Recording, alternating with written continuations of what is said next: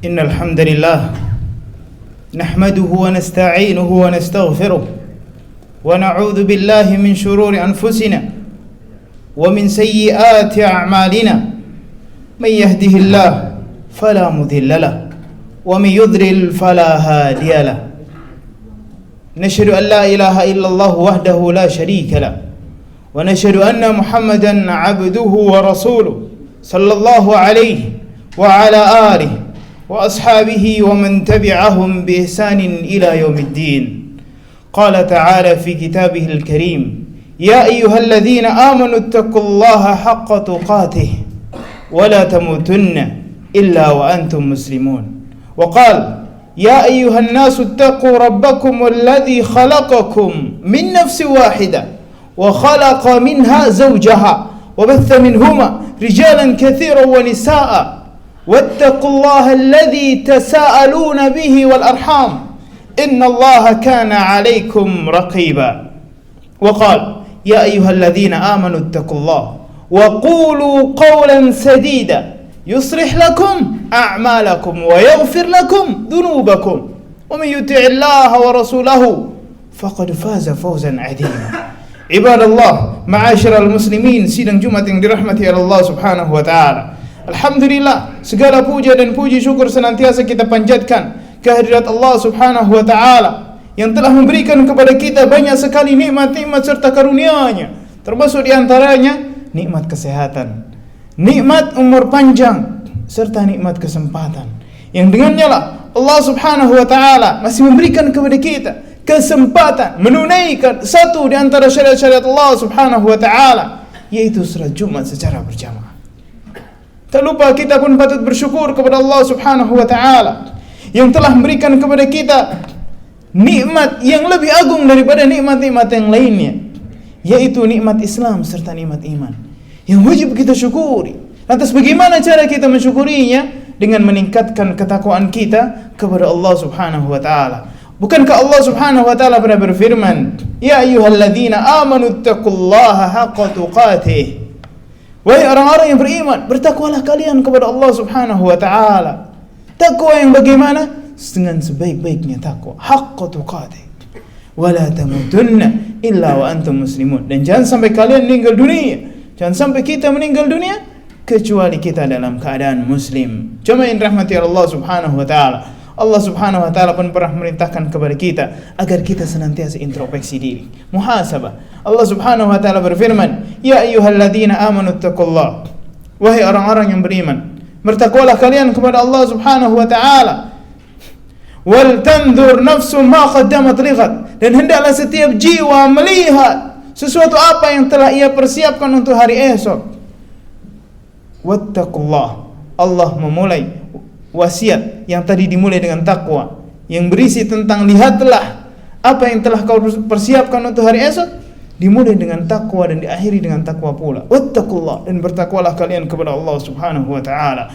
Innallaha khabirum bima ta'malun. Karena sesungguhnya Allah Subhanahu wa taala khabir, maha mengetahui tentang apa yang kalian perbuat, tentang apa yang kita perbuat. Imam Ibnu Katsir pernah menjelaskan tentang ayat ini. Apa kata Imam Ibnu Katsir? Hasibu anfusakum qabla an tuhasabu. Hisablah diri kalian, hitunglah amal perbuatan kalian sebelum nantinya akan dihitung oleh Allah Subhanahu wa taala.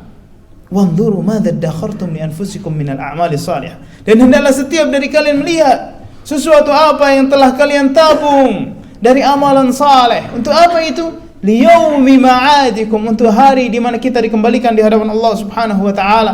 Wa 'aradakum 'ala rabbikum, dan pada saat itu pula segala amal perbuatan kita akan diperlihatkan di hadapan Allah Subhanahu wa taala. Imam Ibnu Jauzi pernah menjelaskan, liyanzur ahadukum ayya syai'in qaddam. Hendaklah setiap dari diri kalian melihat sesuatu apa yang telah ia persembahkan. Amalan salihan yunji, apakah amal saleh yang akan menyelamatkan dia? Am sayyi'an yubiku, atau justru amalan buruk yang akan binasakan dia. Na'udzubillahi min dzalik. Cuma yang rahmati Allah Subhanahu wa taala. Suatu ketika Rasulullah sallallahu alaihi wasallam pernah bersabda, "Kullukum ra'in wa kullukum mas'ulun an ra'iyati."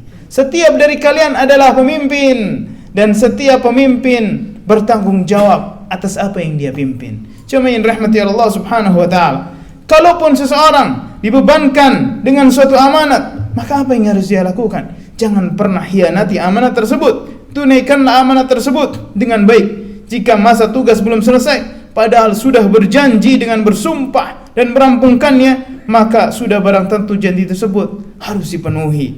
Lihatlah perintah Allah Subhanahu wa taala dalam menunaikan amanat. Allah Subhanahu wa taala pernah berfirman, "Innallaha ya'murukum an tu'addul amanati ila ahliha." Sesungguhnya Allah Subhanahu wa taala menyuruh kalian agar kalian menyampaikan amanat kepada yang berhak menerimanya. Cuma yang rahmati Allah Subhanahu wa taala, kalau kita sudah pernah berjanji pada siapapun itu, pada yang kita pimpin misalnya, untuk menunaikan amanat, maka apa yang harus dilakukan? Tunaikanlah amanat tersebut. Addil amanati ila ahliha. Rasulullah sallallahu alaihi wasallam pernah bersabda, tunaikanlah amanat kepada orang yang menitipkan amanat tersebut. Ketahuilah bahwa orang-orang yang berkhianat terhadap amanat, dia menyandang salah satu dari sifat munafik. Rasulullah sallallahu alaihi wasallam pernah bersabda yang diriwayatkan oleh Abu Hurairah, ayatul munafiki thalath. Tanda-tanda kemunafikan ada 3. Yang pertama adalah idza hadatha kadzaba. Apabila dia berbicara, apabila dia bercakap, dia berbohong. Wa idza wa'ada akhlafa. Apabila dia berjanji, ia mengingkari. Wa idza tumina khana. Apabila ia diberi amanat, ia ingkar. Cuma yang rahmati Allah Subhanahu wa taala, Imam Nawawi rahimahullah pernah berkata, hadis ini menerangkan tanda munafik. Yang memiliki sifat tersebut berarti serupa dengan orang munafik yang berpengarai seperti kelakuan munafik. Cuma yang dirahmati Allah Subhanahu wa taala. Maka karena yang dimaksud munafik adalah orang yang ia tampakkan berbeda dengan apa yang disembunyikan.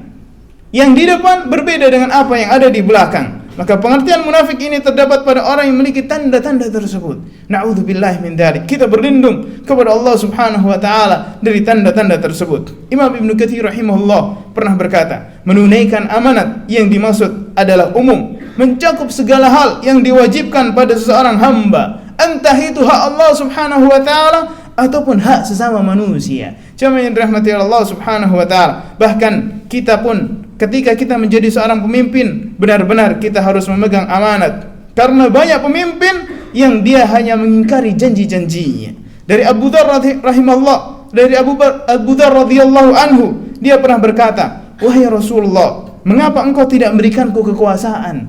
Abu Dzar, seorang sahabat, termasuk di antara orang-orang pada generasi yang istimewa. Dia berkata kepada Rasulullah, "Ya Rasulullah, tidakkah engkau memberikan kekuasaan kepadaku?" Apa kata Rasulullah sallallahu alaihi wasallam? Dia memegang pundaknya, kemudian dia berkata, "Ya Abu Dzar, innaka dha'ifun." Wahai Abu Dzar, engkau adalah seorang yang lemah. Wa innaha amanah, dan ini adalah amanah. Wa innaha yaumal qiyamati hizyun wa nadamah, dan kekuasaan tersebut pada hari kiamat adalah kehinaan dan penyesalan. Illa man akhadaha bihaqqiha wa adda alladhi alaihi fiha. Kecuali bagi orang-orang yang mendapatkan kekuasaan tersebut dengan haknya dan melaksanakan kewajibannya pada kekuasaan tersebut. Jamaah yang dirahmati Allah Subhanahu wa taala, jangan pernah kita minta amanah. Karena amanah adalah perkara yang berat, perkara yang akan menjadikan kesedihan, kebebanan nantinya pada hari kiamat. Namun apabila kita dibebankan, maka mintalah kepada Allah Subhanahu wa taala agar kita mampu menjalankan amanah tersebut dengan baik dan benar. Cuma yang dirahmati Allah Subhanahu wa taala, mudah-mudahan yang sedikit ini bermanfaat bagi kita semua. Barakallahu li wa lakum fil Qur'anil azim wa nafa'ani wa iyyakum bima fihi minal ayati wa dzikril hakim wa taqabbalallahu minni wa minkum tilawatahu fastaghfiruhu innahu huwal ghafurur rahim.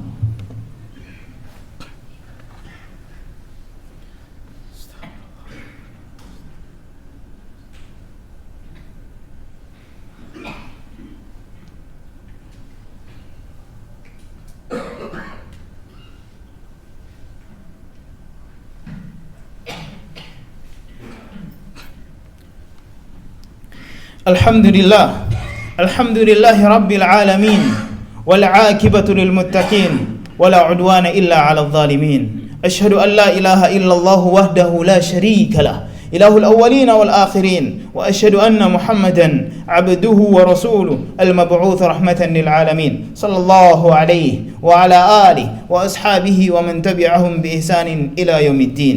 Jemaah sidang Jumat yang dirahmati oleh Allah Subhanahu wa taala. Usikum wa iyaya bitaqwallah faqad fazal muttaqun. Khatib berwasiat kepada diri khatib pribadi juga jamaah sekalian, marilah kita senantiasa meningkatkan ketakwaan kita kepada Allah Subhanahu wa taala, karena sungguh beruntung, sungguh sukses orang-orang yang bertakwa. Bukankah Allah Subhanahu wa taala pernah berfirman, fa inna khairaz zadi taqwa, sebaik-baik perbekalan nantinya adalah ketakwaan kita kepada Allah Subhanahu wa taala. Lantas bagaimana dengan diri kita? Apakah kita sudah termasuk di antara orang yang bertakwa? Apakah kita sudah sedemikiannya sehingga kita merasa tenang dengan hal-hal tersebut? Apakah kita sudah mendapatkan titel takwa, sudah mendapatkan jabatan takwa sehingga kita bertenang-tenang ria? Jemaah yang dirahmati Allah Subhanahu wa taala, adakah di antara kita yang mengetahui tentang hal tersebut? Titel yang bertumpuk-tumpuk, jabatan yang berderet-deret tidak menjamin bahwa dia lebih bertakwa daripada orang yang lebih rendah. Jemaah yang dirahmati Allah Subhanahu wa taala, bahkan seorang sahabat Rasulullah sallallahu alaihi wasallam ada yang pernah bersabda, ada yang pernah berkata, andai saja ada satu sujudku diterima oleh Allah Subhanahu wa taala, maka pada saat itu pula aku siap nyawaku dicabut oleh Allah Subhanahu wa taala. Satu sujud. Lantas bagaimana dengan kita? Kenapa dia mengatakan hal tersebut? Karena dia benar-benar menyadari tentang firman Allah Subhanahu wa taala, di mana Allah Subhanahu wa taala pernah berfirman, innama yataqabbalullahu minal muttaqin. Sesungguhnya Allah Subhanahu wa taala hanya menerima amalan hamba-hamba yang bertakwa. Jika kita bukan orang bertakwa, sujud yang kita lakukan, salat yang kita kerjakan, puasa, zakat dan yang lain-lainnya, bagaimana? Maka apa yang harus kita lakukan? Mintalah kepada Allah Subhanahu wa taala agar kita termasuk di antara orang yang bertakwa. Dan syukurilah segala apa yang telah Allah Subhanahu wa taala berikan kepada kita dengan memperbanyak beribadah kepada Allah Subhanahu wa taala. Sebuah doa yang permintaan agar menjadi pemimpin, dan doa tersebut adalah doa yang mulia. Apa itu? Yang diajarkan oleh Rasulullah sallallahu alaihi wasallam, waj'alna lil muttaqina imama. Ya Allah, jadikanlah kami pemimpin bagi orang-orang yang bertakwa. Apalagi posisi yang paling istimewa kecuali dia pemimpin bagi orang-orang yang bertakwa. Jamaah yang dirahmati Allah Subhanahu wa taala. Maka di hari yang istimewa ini, di hari yang diberkahi oleh Allah Subhanahu wa taala ini, marilah kita memperbanyak bertaubat, marilah kita memperbanyak beristighfar kepada Allah Subhanahu wa taala, dan marilah kita memperbanyak selawat serta salam kepada Nabi besar kita Muhammad sallallahu alaihi wasallam, di mana beliau pernah bersabda, "Man shalla alayya wahidatan sallallahu biha asyra." Barang siapa yang bersalawat kepada aku satu kali, niscaya Allah Subhanahu wa taala akan melipat gandakan, membalas salawatnya sebanyak 10 kali. Innallaha amarakum bi amrin bada'a fihi bi nafsihi wa thanna bi malaikatihi. Sesungguhnya Allah Subhanahu wa taala merintahkan kepada kita satu hal, dan Allah memulai dari dirinya dan memuji para malaikat-malaikat yang mengikutinya. Apa itu? Salawat kepada nabinya. Innallaha wa malaikatahu yusalluna 'alan nabi ya ayyuhalladzina amanu sallu 'alaihi wa sallimu taslima. Allahumma salli 'ala Muhammad wa 'ala ali Muhammad kama sallaita 'ala Ibrahim wa 'ala ali Ibrahim innaka Hamidum Majid. Wa barik 'ala Muhammad wa 'ala ali Muhammad kama barakta 'ala Ibrahim wa 'ala ali Ibrahim innaka Hamidum Majid. Wa radhiyallahumma an arba'ati khulafa'ir rasyidin Abi Bakr wa Umar wa Uthman wa Ali wa 'anna ma'ahum bimannika wa karamika ya akramal akramin. Allahumma ighfir lil muslimina wal muslimat wal mu'minina wal mu'minat al ahya'i minhum wal amwat innaka sami'un qaribun mujibud da'wat ya qadiyal hajat. اللهم أصلح لنا ولاة أمورنا اللهم أصلح لنا ولاة أمورنا اللهم أصلح لنا ولاة أمورنا اللهم آت نفوسنا تقواها وزكها أنت خير من زكاها أنت وليها ومولاها ربنا هب لنا من أزواجنا وذرياتنا قرة أعين وجعلنا للمتقين إماما وجعلنا للمتقين إماما ربنا لا تدع لنا ذنبا إلا غفرته ولا هما إلا فرجته ولا دينا إلا قضيته ولا حاجة من حوائج الدنيا والآخرة إلا قضيتها يا أرحم الراحمين يا مجيب السائلين يا سامع الدعاء ربنا آتنا في الدنيا حسنة وفي الآخرة حسنة وقنا عذاب النار.